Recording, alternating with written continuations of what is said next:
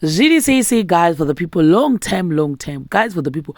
I told you pepe kuti vakumana kushandira marare haisi kids game. Kwasi ane kumusha kwate chinyunga magwazhava nenyi nezvihenge hamozviona manje. Kwarare kunenge kwakaoma vanhu vaMwari apa ndinomuka makusenseni ndobuda ndodzoka futi manheru. Time manje yekuzogara pasi kuti uchangoita mavideo pane pakatoipa. So in this video ndangokutsanangurai kuti chichaitika but I think kumashure uko ndakambokutsanangurai kuti I was a project manager pane imwe project yakadopera imba yakadopera urufu kudhara. I think tatoone more than 2 or 3 weeks yapera kurufu kudhara but my videos aya ndakangomachengeta kuti ndizonyatsa kukutsanangurai kuti what exactly happened. So our client akabva tichinoda kuti unobhadhara roofing yangu and also zvaitika pandezvokuti inini personally handana chandaiziva regarding kuti kunogadzirwa marata ndekupi. So the team yaita roofing ipapo and the company like I told you kuti this company yanga iripo kudhara ndobva vanditi shero what you can do is kune this other company inoti supply chi marata hamukona chinhu chikutenderera guys.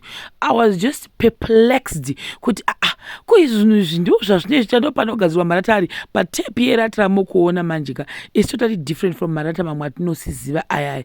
That's why ndaikazoona kuti okay that's the reason tichizoona marata achizosiyana zvimariji zvinenge zvakasiyana mamwe akaita mavhi mamwe akaita masquare mamwe akatito different. Then I also realized kuti even texture yakasiyana and also this texture iri kubuda apa it was my first time to witness rata rakaita se zvamukona izvo and nemushini yese iyo ndichitendera vakanditi aiwapinda zvakoshero you are very free kuti unge uchipinda umo mukati uchitendera uchiona your guys. And also I was very happy because the owner of the company vanobva futi kwana chire yakwese uko vakafara ndakabva ndatopuwa drink guys ndasingatoziziva akatondiudza kuti tobva kwachire tobva kuGokwe ndafara kuti sei not actually kwachireva but they know zvimenzi kwachireva but they are also from Gokwe. I was like oh okay I didn't know. Saka tikambotaura dunyaya mbva vanditi enda kuseri unoona kuti marata tomagadzira sei uchibvunzawo zvaunongoda kubvunza. So inini as someone who asks a lot ini ndinobvunza vanhu vaMwari ndondati kwai marata ari kubuda akareba zvokureba murebero wakaitawo zvezvikuitika zvikandino zvatiri kuita apa handimunoona that sheet raanaro iroro ndo riri kubudisa saizi yemarata ekutanga kuti akareba akati. Saka iyo pane chimushini chamukona chakaita kunge chibhaibheri chibhuku ichocho ndo chee chakaprogramiwa chechibaya kuti pane lese 20 marata handiti for example I think angari kuma 20 something akareba kudai. So wobva wanyorwa nenhamba yacho nesaizi yacho kuti anofanira kureba sei hamuzviona ndoiwa yayo rori ranga rakatomira ipamo rakatomirira. Then vakazotanga guys it's a process kuita zvinhu zvamarata guys takamamirira almost 2 hours takagarira boss anga akawanda amunoona kuti lakadesgali ana achibuda zvo abuda achimanya lakalaka. Saka then the guy ana aripo anenge achikondora ano senge marefu aya anoenda unomabatsira kunomamuvha kuti aite sei ashinda kunda aikuratidzai guys kuti one zvinozobuda zvakaita banga musvesvebu werata guys kuti ndo zvazvinenge zvakaita izvo zvaindinakidza vanhu vaMwari kuti kundo magadzirwa ntamarata ndaida kutoziva kutoti even zidemere ziguruguru iro rakati ndakavabvunza ndikati naimi saka iro zidendereserero riri kutenderera iro richindobudisa marata muri wanepi kanzi wabva kuzhe kwenyika kumberi kwemakungwa rouya rakatofuriza rouya rakatofuriza vanhu vaJehovha rauya pepe rouya romununurwa chando chitodona kutoti pfedegu guys ndikati inga zvakaoma but guys munoriona here kuti rata rakanaka zingamboitiri right ndobva ndatoona kuti okay ndo process yamaitaona achiita. Then let's say kana marata ari akareba ngatiti akareba kana kuti 12 meters is an example akareba ka 12 meters apa pandanchokura naye anga atochekwa. Saka kureva kuti aya anga akutopera achidzikiswa saka ndakareba 12 meters size yoyo chinzi anenge ari 20 anopera kuchekwa apera wobva waenda kana kuti akareba 8 meters kana lese anzi ari 10 uyu anouya pamushini wanikuona obaya kwaive uye chizengi chacho uya chipinda papa motoonapo zviviri zvikutotendera zvitogadzira guys. ndakati vakomana munhu wakauya nemishini idzi wakauma zvokwadi wakauma handikureva chirungu choga choga apa indaizive kuti zvoitwa namajenareta nemachii akakura kuita zisende mutende apo ndakatigambobuda pazhi ndimbotaura nemi hamozvona ganimbowa kuti apo ndandotaura kuti kudii apapo papeji pangu ndichikuratidza ichii about zvanga ndichiita paproject.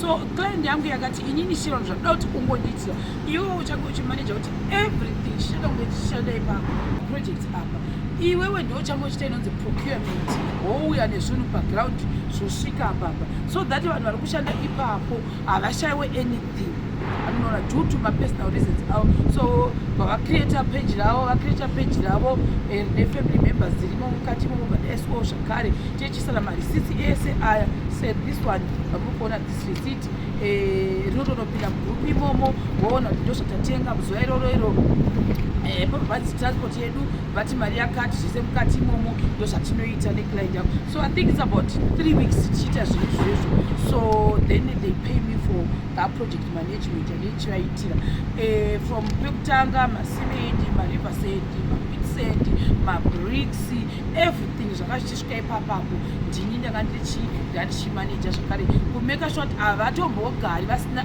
chinhu vanofanira kushandisa paproject apa. So now izvizvi vakuroofing because it's a different company yakaitwa contracted ipapo saka inini bva vanditi ndichangaita sei ndichisupply vanhu ava.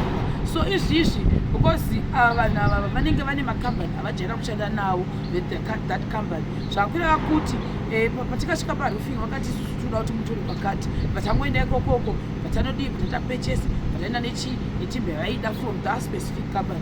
So right now as I'm talking to you kuno kunhu ndasikatokuzivi so the guys vari kushanda ipapo vati isusu marata edu we take them from this specific company samofanira kuenda ikoko ndakutsvaga batakuwana ndatanga kutokusvikawo nhasi kuno saka everything zvangu achingotaura ivo vanhu vekambani iyoyo ndozvanaitira.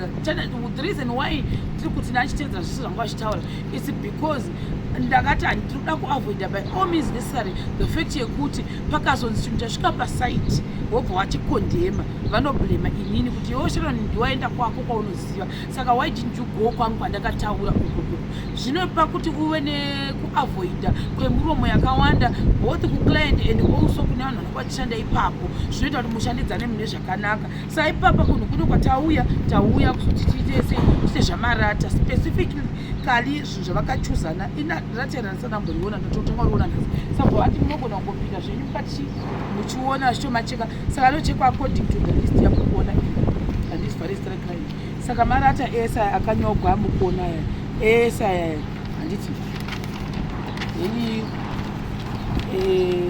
ese aya marata aya amapaona so iko ndinoda kupinda mukati kurava kuti lese kana muri maclients ari kuda kuti anga achiitirwa zvamarata iwayo guys like I always say ina ndiri kunyeba matiles tomatora kwakati kana uchida rata ndobva ndakuudza kuti kune kwatakatozomaonawo marata zveshuwa ikokoko because ndatanga kuona chinhu ndatidza chese ndinotenda kudadzisa chandisingazi ndotata ndandizivi saka apa wakabva wandiconnecta ndobva ndatiaa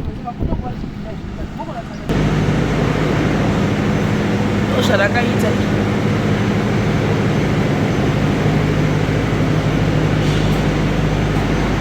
vakupinda pane iri votasa kuti obuda because ayakarepesisa 26 vakupinda pane aya 6 from there waenda aya 4 vachipedza vasvika apera ese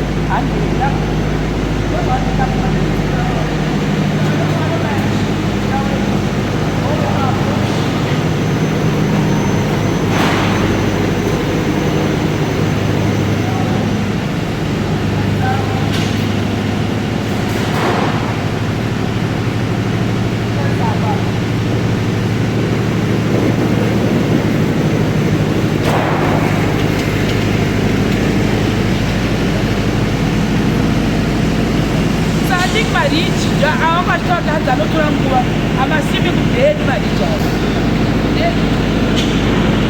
mariji aya ndova edu kana vapedza kusasa ndobva zvoshanda saka zvamukuona zvese apo varikutogadzira tadzao mariji acho akachekwa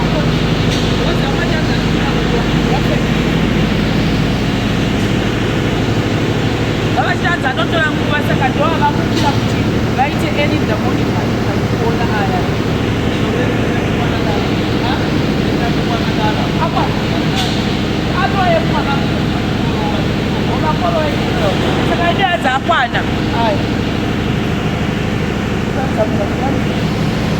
tape yacho yevabuya ndomariji edu ese saka achazomakwa futi ese taza zvaanenge akaita akanaka ajeula izvozvo zvipikiri. So I'm saying inini guys ndatowana mukoto kumarata iwe uda kunofigwa kana uda kutsvaga kutenga marata ndibate ndibate inini ndini go between amozvona saka ndizvozvo guys saka tangombirira kuti timapike tikangopedza tobva taenda kunomasiya kwada kuchaswa. So the reason why tatomatora nhasi is because pese pandakati chinhu chandakadzidza paproject management uye nekuti maprojects it's better kuunza zvinhu 3 days before zvakuda kushanda rather than kuti vanhu vagare vachimirira kuti tipei zvinhu. Ndo chinhu chandadzidza so far so good pamaprojects. Saka ipapa pamarata ari kudiwa zvawo maybe musi weThursday kana Friday but isu teta tomaisa nhasi iri Tuesday. I'm not sure. So I think I'll try to do a voice over muchimboona zvimwe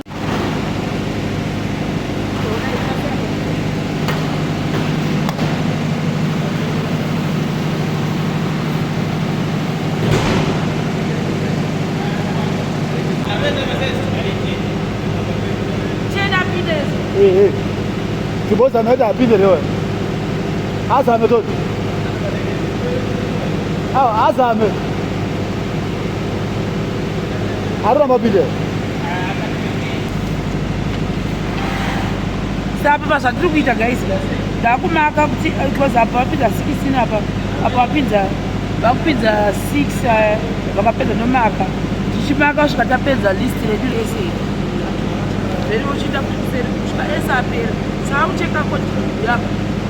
Aucheka kodi to size yese mukuona iyi. Ndozvari kuita. Saka ni ezvi zvambopinza wombopinza wocheka kuti mangozi mwangotanzi pasina space. Mari samangani? Sama kucheka futhi. Mari ichi ndomaka. Uya tionesani. Chamaisa apa ndechipi? Apa. Ndo masi makatela.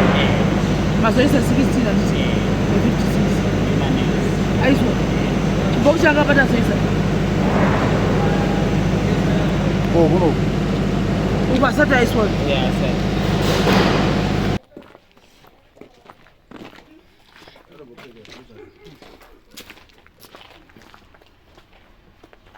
Asmara tawa kana kazvotapi.